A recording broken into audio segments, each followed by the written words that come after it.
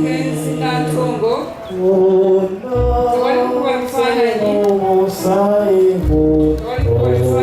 yagala kutwetera hivyo tukubifananyi kabisa tebasiima tebasanyusibwa naye okutembula kintu kibi nnyo waakiri omuntu afa olumbe lwe tumanye nti tufudde olumbe naye muffe ffenna Brenda ye yali asinga okuba omusirise. Brenda ng'omulinnya ku kagere n'akutunuulira ng'omuyiseeko.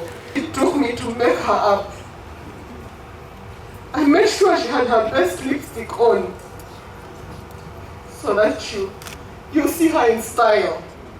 If Brenda was not where she was seated, all those bullets would have ended in my body. So she was my guardian angel. She gave in her life for me, unknowingly. She gave in her life for me. I want to thank the Boda Boda man. When everybody was scared stiff, running away from me, including government vehicles, this Boda Boda man insisted. He said, Mukama wange nino kutwala, I have to take you. Now you can think, the people who are shooting us on Boda Boda. This man is telling me to sit on a Boda Boda. I'm sitting in a... But on the other hand, we thank God for His protection, for preserving and sparing the General's life. The APDF is touched as much as most people. General Katumba is our own.